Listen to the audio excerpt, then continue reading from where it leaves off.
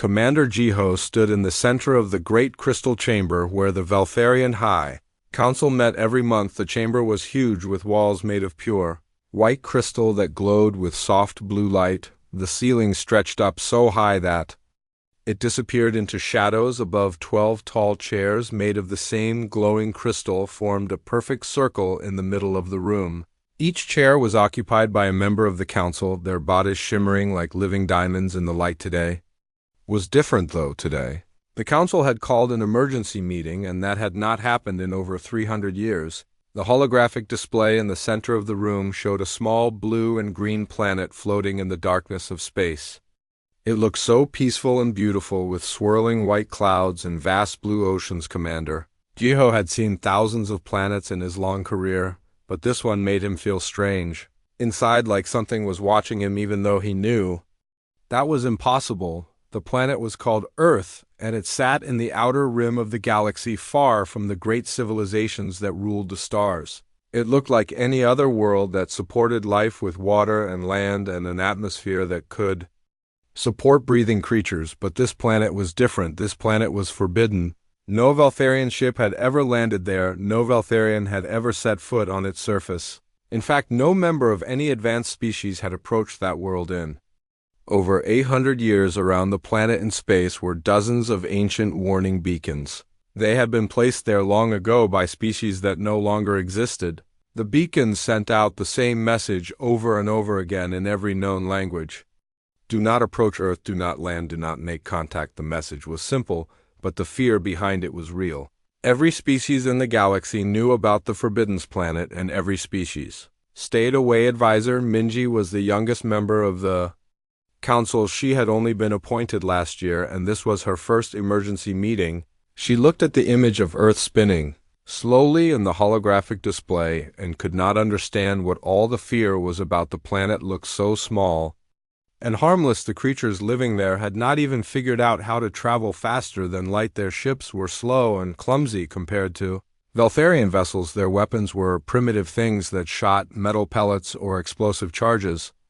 Nothing like the advanced plasma cannons and energy shields that protected Valtharian worlds. Minji raised her hand to speak, and the other council members turned to look at her. Commander Jiho nodded for her to continue. She stood up from her crystal chair and walked closer to the holographic display. The planet Earth continued to spin slowly, showing continents and oceans that looked no different from 1,000 other worlds. Why do we fear this place? Minji asked, her voice echoing in the large chamber. The creatures there are so primitive. They still fight wars with each other. They have not even unified their own planet under one government. Their technology is hundreds of years behind ours. What possible threat could they pose to the mighty Valtharian Empire? The other council members shifted uncomfortably in their chairs. Some looked at each other with worried expressions. Others stared at the floor as if they did not want to answer her question. But Elder Dongyun slowly stood up from his chair. Elder Dongyun was the oldest Valtharian alive. He had lived for over 2,000 years and had seen the rise and fall of entire civilizations. His crystal body was darker than the others and moved more slowly, but when he spoke, everyone listened. I remember the stories, young Minji. Elder Dongyun said, his voice deep and ancient. Stories that were told to me when I was as young as you are now. Stories about what happens to those who ignore the warnings about Earth. His crystal form seemed to grow brighter as he spoke, and the temperature in the chamber dropped several degrees. Long ago, when our people first began to explore the galaxy, we were not alone in space. There were others who had also learned to travel between the stars. One of these species called themselves the Zephyrians. They were proud and strong, and their technology was almost as advanced as ours. They had conquered dozens of worlds and built an empire that stretched across 3 star systems. They believed they were the most powerful species in the galaxy. Elder Dongyun walked to the center of the chamber and placed his hand on the holographic controls. The image of Earth disappeared and was replaced by recordings from the ancient archives.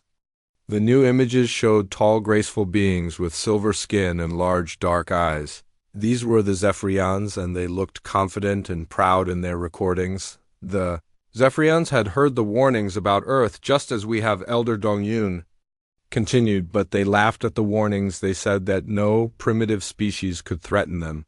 They had weapons that could destroy entire cities from space. They had shields that could protect their ships from any attack they had armies of.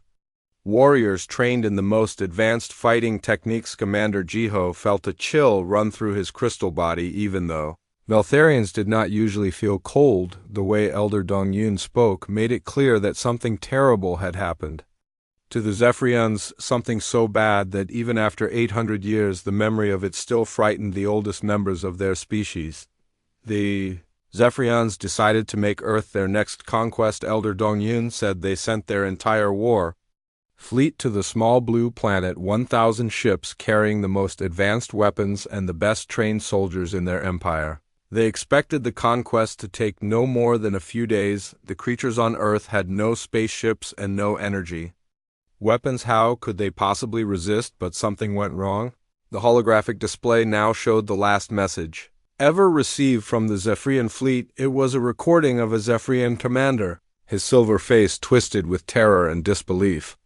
Behind him alarms were blaring and the lights were flashing red. "They do not surrender," the Zephyrian commander screamed into the recording device. "We have destroyed their cities, but they do not surrender. We have killed millions of them, but more keep coming. They learn from every attack. They adapt to every weapon. We gave them our energy technology by mistake, and now they use it against us better than we do they." Recording showed explosions in the background and the sound of metal tearing apart. The Zephyrian commander looked directly into the camera, his dark eyes wide with fear. "They fight like nothing we have ever seen," the commander continued. "They do not fear death. They do not retreat even when facing impossible odds every time. We think we have won. They come back stronger. They turn our own weapons against us. They learn our tactics and use them better than we do. It is like fighting an entire species of tactical geniuses who refuse to accept defeat." The recording cut to static and then went black. Elder Dongyun let the silence stretch for a long moment before he spoke again. "That was the last message ever received from the Zephyrian fleet," he said. 1,000 ships and over 1 million of the most advanced warriors in the galaxy, all gone, nothing left. But this recording. The council chamber was completely silent now. Even the soft humming of the crystal walls seemed to have stopped. Advisor Minji sat back down in her chair, looking much less confident than before. Commander Jiho stared at the empty holographic display, where the recording had been trying to imagine what kind of creatures could completely destroy such an advanced military force. "That was 800 years ago," Elder Dongyun said, "and since then no Zephyrian has ever been seen again. Their entire species vanished from the galaxy. The worlds they once controlled are empty now, overgrown with plants and inhabited only by wild animals. Whatever happened to them on Earth was so complete that not a single survivor escaped to tell the tale." Elder Dongyun walked back to his chair and sat down heavily. The other council members remained silent, each lost in their own thoughts about what they had just heard. Finally, Commander Jiho stood up and called for a vote. The question was simple: should the Veltharian Empire maintain the ancient quarantine around Earth, or should they risk making contact with the mysterious planet? The vote was unanimous. Every single council member voted to stay away from Earth, to maintain the warnings, and to continue treating the small blue planet as the most dangerous place in the galaxy. But as the meeting ended and the council members began to file out of the chamber, each of them wondered the same thing: what exactly lived on that small blue planet that could make the galaxy's most advanced species so afraid? And more importantly, what would happen if those creatures ever decided to leave their world and explore the stars themselves? Dr. Yunwu could not sleep for the third night in a row. He lay on his crystal bed in his quarters aboard the research station, Starlight 7, staring at the ceiling and thinking about the Forbidden Planet Earth. The emergency council meeting had been 2 weeks ago, but he could not stop thinking about what Elder Dongyun had said about the Zephyrians and their mysterious disappearance. As the galaxy's leading expert on alien life forms, Dr. Yunwu had studied over 4,000 different species from across the known universe. He had cataloged everything from tiny microscopic organisms that lived in the vacuum of space to massive creatures the size of starships that swam through the clouds of gas. Giant planets, but never in all his years of research had he encountered a species that could completely destroy an advanced civilization. Like the Zephyrians, Der Hyunwoo rolled over in his bed and activated his personal data terminal. The soft blue glow filled his small quarters. As he began searching through the vast Valtharian archives again, he had been doing this every night since the council meeting, looking for any information about Earth and the creatures that lived there. The official records all said the same thing. Stay away from Earth, do not make contact, follow the ancient warnings. But Dr. Hyunwoo was a scientist, and scientists were supposed to ask questions and find answers. His research partner, Dae Soyeon, had told him he was wasting his time. She worked in the laboratory next to his and specialized in studying silicon-based life forms that ate rocks and minerals. Instead of organic food, Dr. Soyeon believed that Dr. Hyunwoo should focus on their current project, which involved cataloging the strange new creatures they had discovered in the Andromeda sector. These creatures were fascinating because they could survive in the intense radiation around neutron stars, something that should have been impossible, but Dr. Hyunwoo could not focus on neutron star creatures when there was a much bigger mystery right here in their own galaxy. He had tried to explain to Dr. Soyeon that understanding Earth and its inhabitants could be the key to understanding how life develops in extreme conditions after any species that could defeat the Zephyrians must have evolved some incredible survival abilities. But Dr. Soyeon just shook her head and said that some mysteries were better left unsolved tonight. Dr. Hyunwoo decided to dig deeper into the archives than he had ever gone before. Most researchers only looked at the standard databases that contained information organized by topic and date, but Dr. Hyunwoo knew that the really interesting discoveries were often hidden in the old forgotten files that nobody bothered to check anymore. He began searching through data storage levels that had not been accessed in hundreds of years. After 3 hours of searching through dusty digital files, Dr. Hyunwoo found something that made his crystal heart beat faster. It was a fragment of a report filed by someone called Captain Vorthak of the Kralthian Exploratory Service. The report was dated 500 years ago, and most of it was corrupted or missing, but what remained was enough to make Dr. Hyunwoo sit up straight in his bed. The Kralthians had been another advanced species that had vanished from the galaxy centuries ago. Dr. Hyunwoo had always assumed they had been destroyed by some natural disaster like a supernova or a black hole. But according to this fragment, they had sent a diplomatic mission to Earth. The report described the Kralthians as being confident that they could establish peaceful relations with the primitive humans and perhaps even help them develop better technology, but something had gone wrong. The last entry in Captain Vorthak's report was barely readable, but Dr. Hyunwoo could make out a few terrifying words. The humans adapt faster than we thought. They said they learn from every mistake. They study our weaknesses and turn them into their strengths. We came here to help them, but now we fear they will surpass us. Dr. Hyunwoo felt a chill run through his crystal body. The Kralthians had been known throughout the galaxy for their advanced diplomatic skills and their ability to make friends with any species they encountered.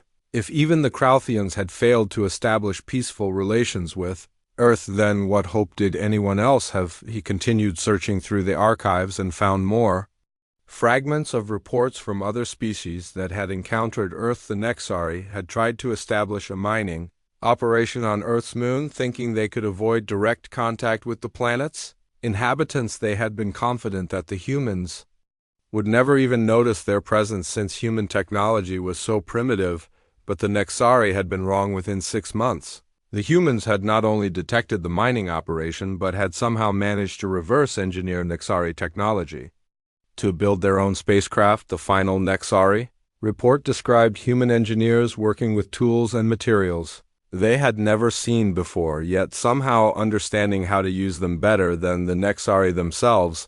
The most disturbing report came from a species called the Ethereal Collective. These beings were famous throughout the galaxy for their advanced mental abilities. They could read thoughts from across star systems and communicate without speaking. The Ethereals had decided to study human consciousness from a safe distance, confident that their psychic shields would protect them from any mental interference, but the Ethereals had fled after just 1 day of observation.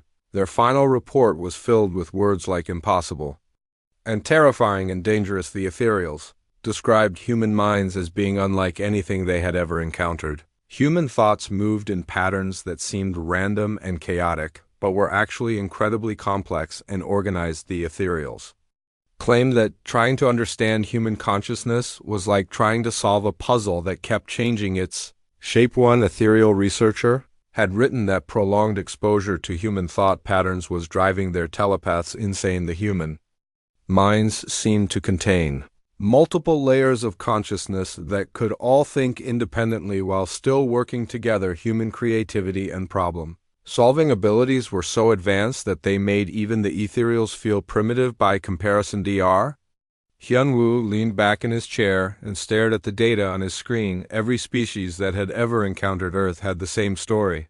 The humans looked primitive and weak, but they were actually incredibly dangerous. They could adapt to any situation, learn from any enemy, and turn any disadvantage into an advantage. It was like they had evolved specifically to survive against impossible odds. But that raised an even more disturbing question: what kind of environment would produce such incredible survival abilities? What had happened on Earth that made its inhabitants so good at fighting and adapting?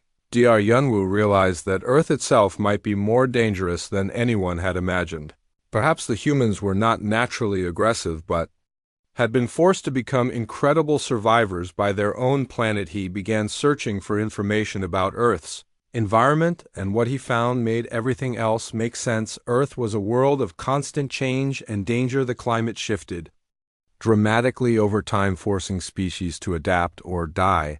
There were massive storms that could destroy entire continents, earthquakes that could split the ground open, volcanoes that could block out the sun for years at a time. But most importantly, Earth was home to thousands of different species that all competed for the same resources. Humans had evolved not just to survive against their environment, but to compete against other intelligent and dangerous creatures. They had learned to hunt in groups, to use tools, to communicate complex ideas, and to work together to overcome challenges that would destroy any individual. Dr. Hyunwoo finally understood why the galaxy feared Earth. The humans were not just another species, they were the ultimate survivors. They had been shaped by millions of years of constant struggle into the perfect fighting and adapting machines. Any species that encountered them would be facing opponents who had already overcome every challenge their own planet could throw at them. As the artificial dawn began to glow through his quarters windows,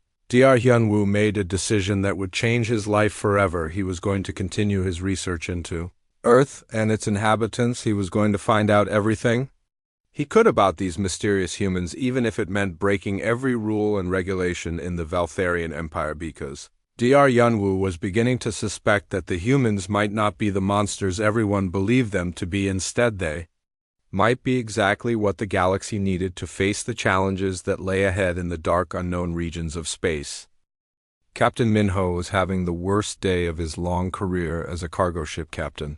The warning lights on his control panel were flashing red, and the computer was making alarming beeping sounds that meant his ship was in serious trouble. His cargo vessel Lucky Star was carrying a load of rare crystals from the mining colonies in the Outer Rim to the core worlds, where they would be used to power the great cities of the Valtharian Empire. The trouble had started 3 hours ago when they encountered an unexpected solar storm. The storm had come out of nowhere, appearing on their sensors just minutes before it hit them with waves of deadly radiation and electromagnetic pulses. Captain Minho had ordered his crew to take shelter in the shielded sections of the ship, but the damage was already done. The storm's energy had overloaded their quantum compass and fried several critical navigation systems. Now they were drifting through space with no idea where they were going. The stars outside looked unfamiliar, and none of the navigation beacons that usually guided ships through this region were responding to their calls.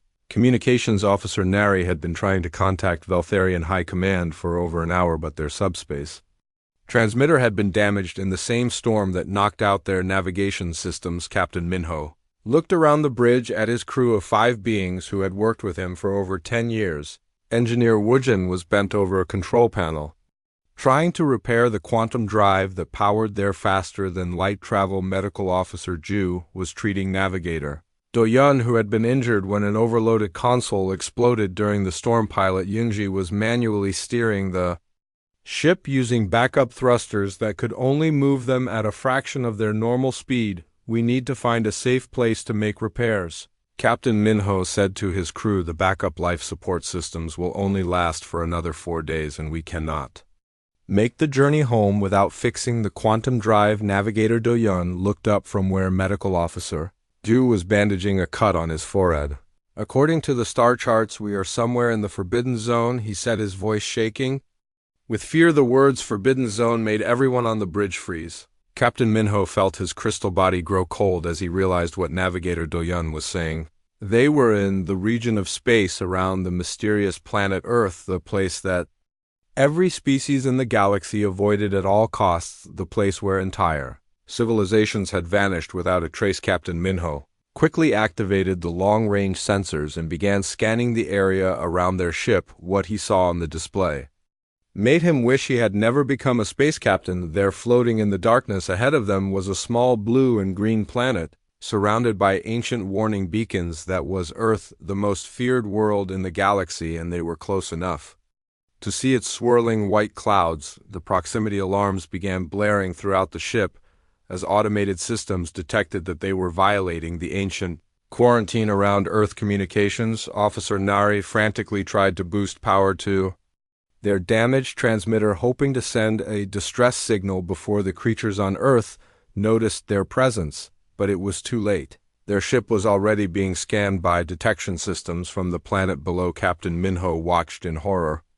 as the scanning beams swept across his ship. The technology was primitive compared to Valtharian sensors, but it was surprisingly sophisticated for a species that had not even achieved faster than light travel. Somehow, the humans had built detection systems that could identify ships from thousands of kilometers away. Engineer Woojin looked up from his repair work and gave Captain Minho the news he had been dreading. The quantum drive is completely dead, he said. It will take at least 3 days to rebuild the power coupling, and we do not have the spare parts. The backup thrusters can move us, but very slowly. It would take weeks to reach the edge of the Forbidden Zone. Captain Minho faced an impossible choice.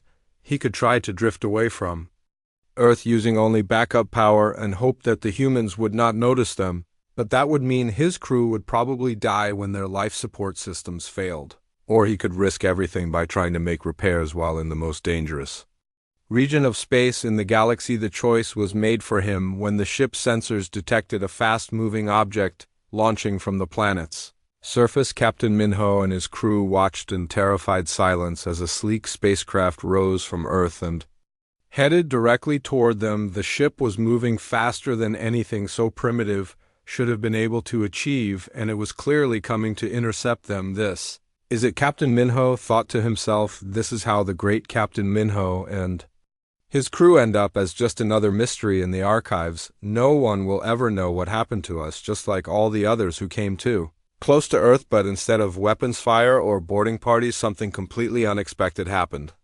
Approaching Earthship transmitted a message, and to everyone's amazement, it was in perfect Valtharian language. Unknown vessel, this is Commander Park of the Earth Defense Force. We have detected that you are experiencing technical difficulties in our space. Do you require assistance? Please respond on this frequency. Captain Minho and his crew stared at each other in complete shock. How could these primitive beings speak their language? How had they learned to communicate with Valtharian technology? And most importantly, why were they offering help instead of attacking communications officer? Neri checked and rechecked the transmission to make sure it was real. The Earthship was now close enough that they could see it clearly through their viewing ports. It was smaller than the Lucky Star, but its design was elegant and efficient. The hull was made of some kind of metal that seemed to shimmer in the light, and Captain Minho could see weapon systems that looked both familiar and completely alien at the same time. Unknown vessel, this is Commander Park. Again, the human voice came through their speakers. We show you have damage to your primary propulsion system and your life support is running on backup power. We can provide assistance. If you wish, please respond if you can hear this transmission. Captain Minho looked at his crew and saw his own confusion reflected in their faces. Everything they had been taught about Earth and its inhabitants said that these were dangerous monsters who destroyed anyone who came near their planet, but the voice on the radio sounded calm and professional, like any other ship captain offering aid to a vessel in distress. Engineer Woojin spoke up from his repair station. Captain, our quantum drive is completely dead and we do not have the parts to fix it. Our life support will fail in less than 4 days. If we do not accept help, we will all die here." Medical Officer Ju nodded in agreement, and even Communications Officer Nari looked like she thought they should take the chance. Captain Minho knew that accepting help from the humans would violate every regulation in the Veltharian Space Code. It would break centuries of tradition and ignore the warnings that had been passed down through generations of space travelers, but his crew was counting on him to keep them alive, and right now the humans were their only hope against every instinct and every piece of training he had ever received. Captain Minho picked up the communication device and spoke to the human ship. "This is Captain Minho of the cargo vessel Lucky Star. We are experiencing critical system failures and our crew is in danger. We accept your offer of assistance." There was a brief pause before Commander Park responded. "Roger that, Captain Minho. We are preparing to dock with your vessel. Our repair teams are standing by. Please prepare your crew for contact and do not be alarmed by our appearance. We mean you no harm us." The Earth ship moved closer to dock with the Lucky Star. Captain Minho wondered if he had just made the biggest mistake of his life, or if he was about to discover something that would change everything the galaxy believed about the mysterious creatures who lived on the Forbidden Planet. Captain Minho stood at the airlock door watching as the human ship docked with the Lucky Star. The docking procedure was smooth and professional, showing a level of skill that impressed him. Despite his fear, the humans had approached his ship with the same careful precision that Veltharian pilots used when docking with space stations or other vessels. When the airlock finally opened, Captain Minho got his first look at the creatures that the entire galaxy feared. The humans were smaller than he had expected, standing only about 2/3 the height of a typical Veltharian. Their skin was a strange pinkish color, and they had soft-looking bodies without the hard crystal structure that made Veltharian so strong and durable. But what surprised Captain Minho most was the expression on their faces. Instead of the savage, aggressive look he had expected, the humans appeared calm and friendly. The first human through the airlock was a female wearing what looked like a military uniform. She had short dark hair and intelligent eyes that seemed to take in everything around her. "Captain Minho, this is Commander Park," she said, extending her hand in what Captain Minho recognized as a greeting gesture common to many species. "I want to assure you that you and your crew are safe. We have brought repair equipment and medical supplies to help with your situation." Behind Commander Park came a team of human technicians carrying tools and equipment. Captain Minho noticed that their technology looked both primitive and advanced at the same time. The tools were made of simple metals and plastics, but they were designed with an efficiency and elegance that reminded him of the finest Veltharian engineering. The human shuttle bay was nothing like what Captain Minho had expected from the stories he had heard. Instead of a dark, threatening place filled with weapons and torture devices, he found a clean, well-organized space that looked much like any other spacecraft maintenance area. The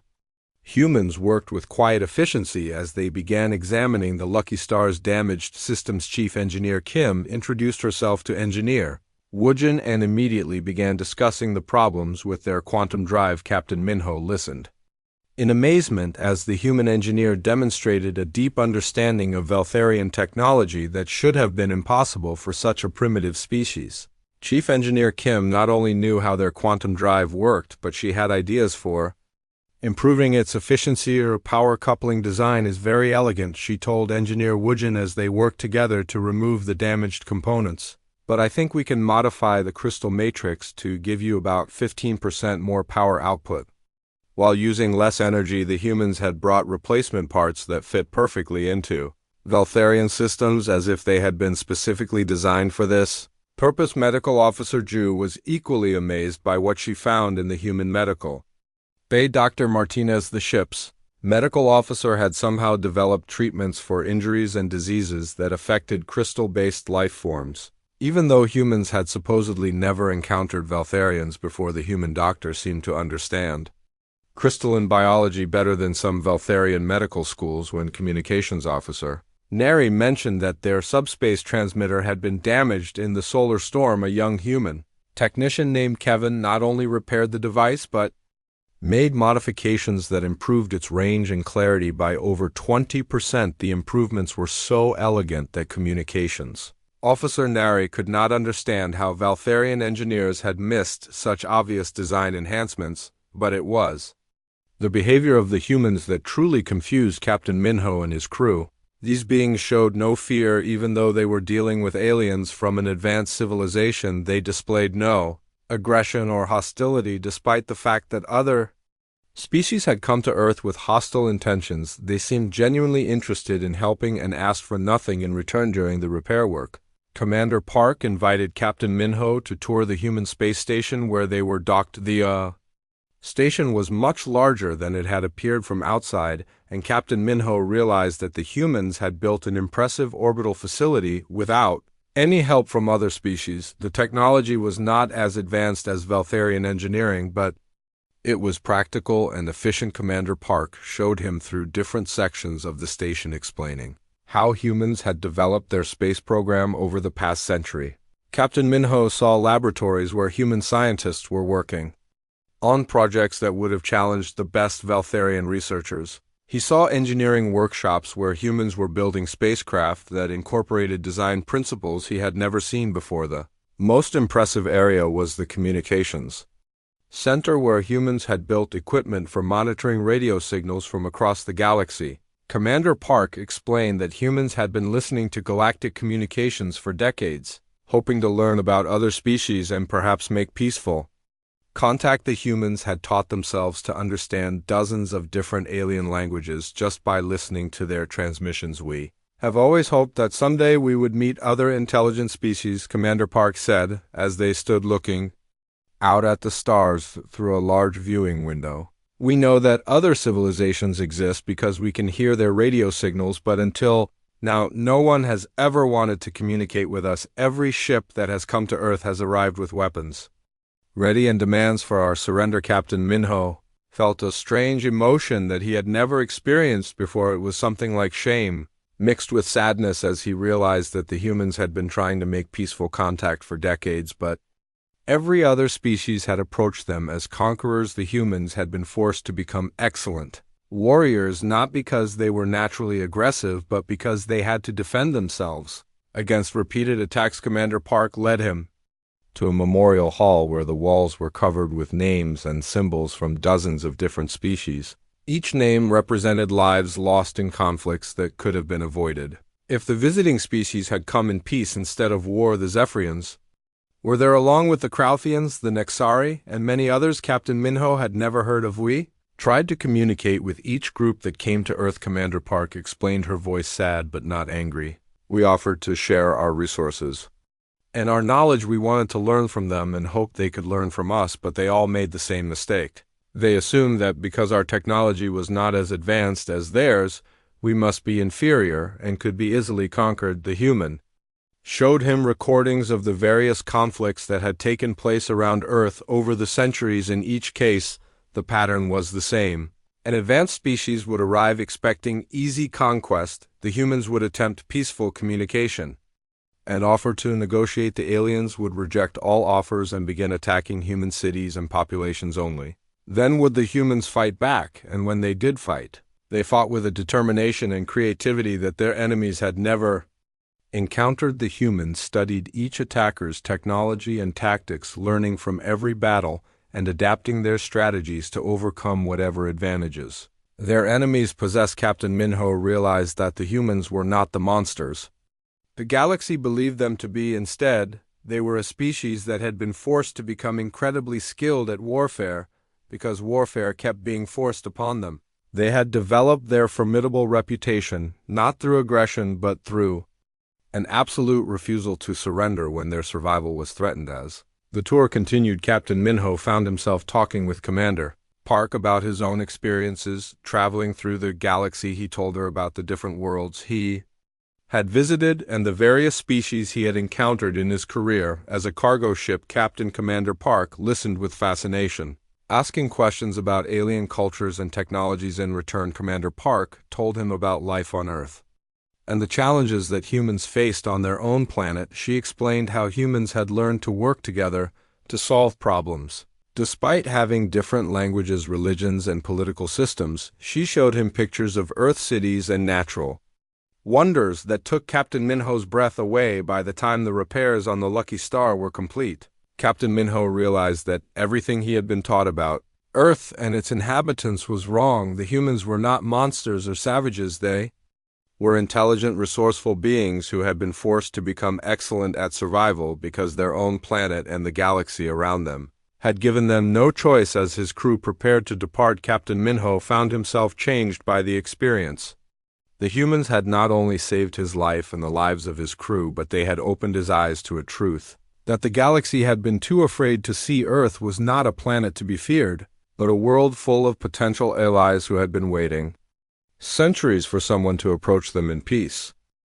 On the third day, as the final repairs were being completed on the Lucky Star, Captain Minho made a decision that would change everything. He had spent the last 2 days watching the humans work and talking with Commander Park about life on Earth and throughout the galaxy, but there was still one question that haunted him, a question that he knew he had to ask even though he feared the answer. Captain Minho found Commander Park in the station's observation lounge looking out at the stars through the large transparent walls. The human commander was studying a holographic display that showed the positions of various ships and space stations throughout the local region. It was clear that the humans were keeping track of all traffic in their area of space. Commander Park, Captain Minho said as he approached, "I have a question that I must ask you. It is about the other species that have come to Earth over the centuries. What exactly happened to them? I need to know the truth about how they disappeared." Commander Park turned away from the display, and Captain Minho could see a mixture of sadness and pain in her eyes. She was quiet for a long moment, as if deciding how much to tell him. Then she gestured for him to follow her. "I think it is time you saw the memorial chamber," she said, her voice heavy with emotion. Commander Park led Captain Minho through several sections of the space station until they reached a large, circular room that Captain Minho had not seen during his earlier tour. The walls of the chamber were covered with thousands of names, symbols, and pictures representing beings from dozens of different species. The lighting was soft and respectful, like the memorial halls on Valtharian worlds where they honored their dead. Each wall section was dedicated to a different species that had visited Earth. The Zephyrians had the largest section with over 1 million names carved into crystalline panels. The Krauthians had their own wall with fewer names but detailed descriptions of their final battles. The Nexari section showed pictures of mining equipment and space stations that had been destroyed in the conflict. Captain Minho walked slowly around the room, reading the inscriptions and looking at the images. Each species had its own story, but the pattern was always the same. They had come to Earth expecting easy conquest and had found instead a level of resistance they had never imagined possible. Commander Park stood in the center of the chamber and began to speak, her voice echoing slightly in the large space. "Every species that came to Earth arrived with the same intentions," she said. "They wanted to conquer our world, enslave our people, and take our resources. They saw us as primitive creatures who could be easily dominated because our technology was not as advanced as theirs.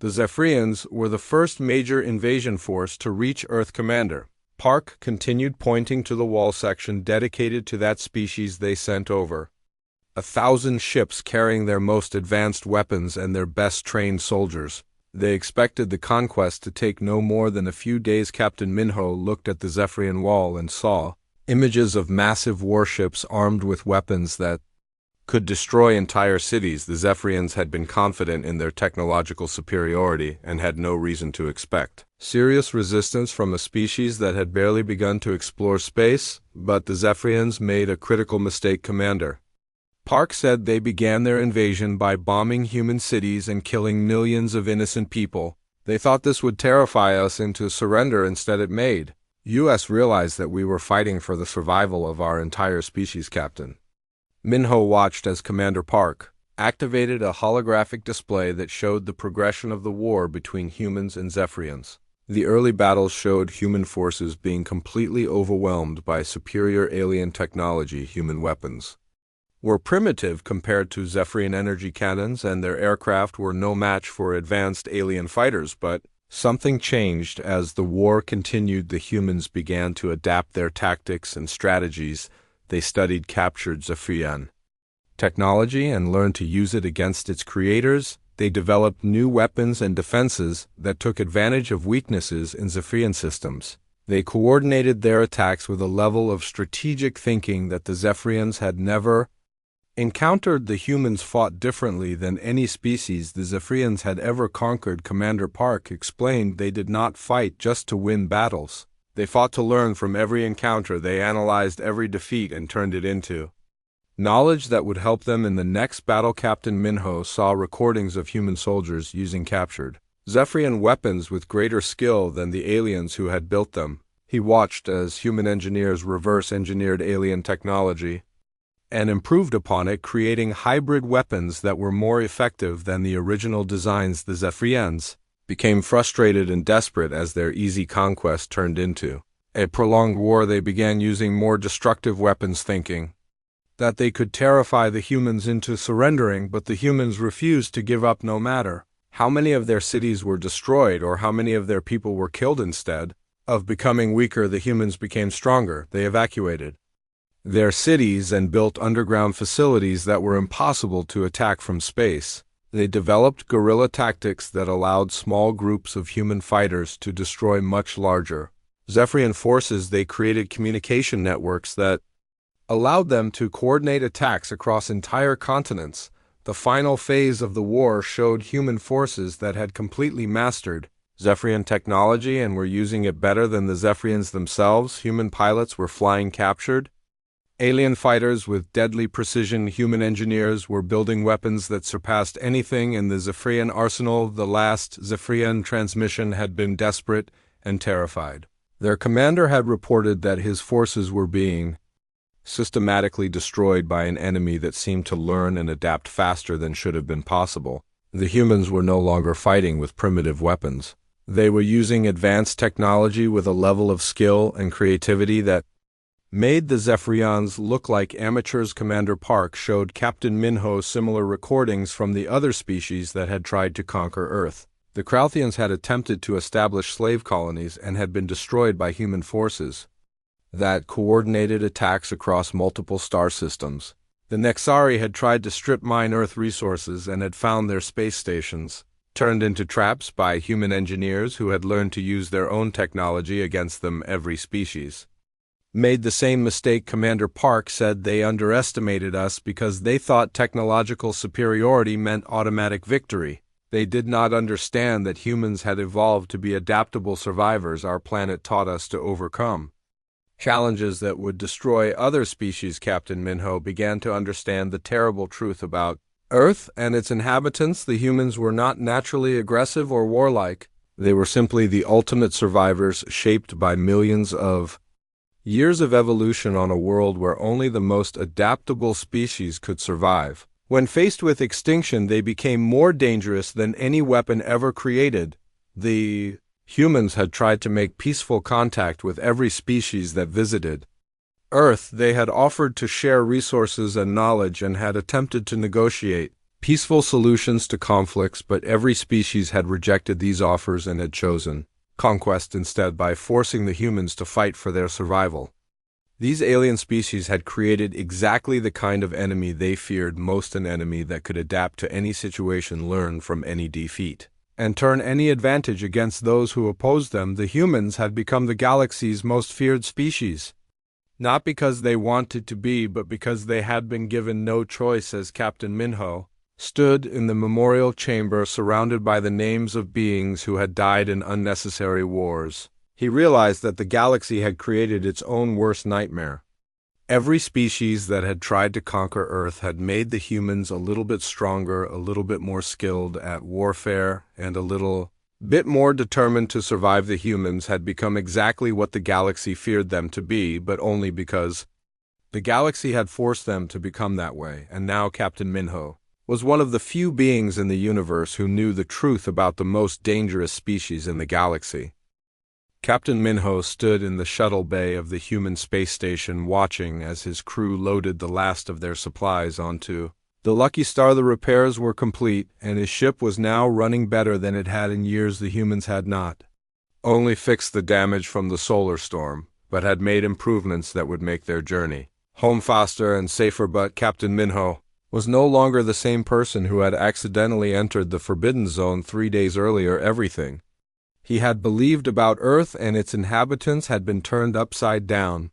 The humans had shown him a truth that the galaxy had been too afraid to see, and now he faced the difficult task of deciding what to do with that knowledge. Commander Park walked over to where Captain Minho was standing and handed him a data crystal. This contains technical specifications for some of the improvements we made to your ship. She said it also includes information about human technology and culture that we hope you will share with your people. We have been waiting for centuries for someone to listen to our side of the story. Captain Minho took the crystal and looked at it carefully. He knew that possessing this information would be considered treason by the Valtharian High Council. The ancient laws forbade any contact with Earth or its inhabitants. But he also knew that the information on this crystal could revolutionize Valtharian science and technology. Commander Park seemed to understand his dilemma. We are not asking you to break your laws or betray your people, she said. We only ask that you tell them the truth about what you have seen here. The humans have always wanted to join the galactic community as friends and allies. We never wanted to be the monsters that everyone believes us to be. Captain Minho prepared to board his ship. Commander Park gave him one final piece of information that would change everything. The humans had been monitoring galactic communications for decades, learning about the different species and civilizations that existed throughout the universe. They had developed translation programs for dozens of alien languages and had been studying the politics and cultures of their galactic neighbors. We know about the Valtharian Empire and your people, Commander Park said. We have been hoping for years that someone like you would visit us, someone who would be willing to listen and learn. We have so much we could teach each other if we could find a way to work together. The journey back to Valtharian space took 2 weeks, and Captain Minho spent most of that time thinking about what he had learned on Earth. His crew had also been changed by the experience. Engineer Woojin could not stop talking about the elegant solutions the humans had developed for complex engineering problems. Medical Officer Ju was amazed by the human understanding of different forms of biology. Communications Officer Nari was fascinated by the human communication technologies that seemed to work better than anything the Valtharians had developed. When they finally reached Valtharian space, Captain Minho faced the most difficult decision of his career. He could file a standard report that mentioned nothing about his encounter with the humans and continue his life as a simple cargo ship captain, or he could tell the truth about what he had discovered and risk being charged with violating the ancient laws. Captain Minho chose to tell the truth. He requested a meeting with the Valtharian High Council and told them everything about his encounter with the humans. He described the kindness and professionalism of Commander Park and her crew. He explained how the humans had repaired his ship and shared their technology without asking for anything in return. He told them about the memorial chamber and the terrible truth about why the humans had become so feared. The reaction from the High Council was exactly what Captain Minho had expected. Half of the council members accused him of being manipulated by clever aliens who had deceived him with false kindness. They argued that the humans were obviously planning some kind of trap and that Captain Minho had been foolish to trust them. But the other half of the council, including some of the younger members like Advisor Minji, began to ask questions about what Captain Minho had seen. They wanted to know more about human technology and culture. They were curious about the possibility of peaceful contact with a species that had survived encounters with so many different alien civilizations. Elder Dongyun, who had spoken so fearfully about the humans during the previous council meeting, listened to Captain Minho's report with growing interest. When Captain Minho finished speaking, Elder Dongyun was quiet for a long moment before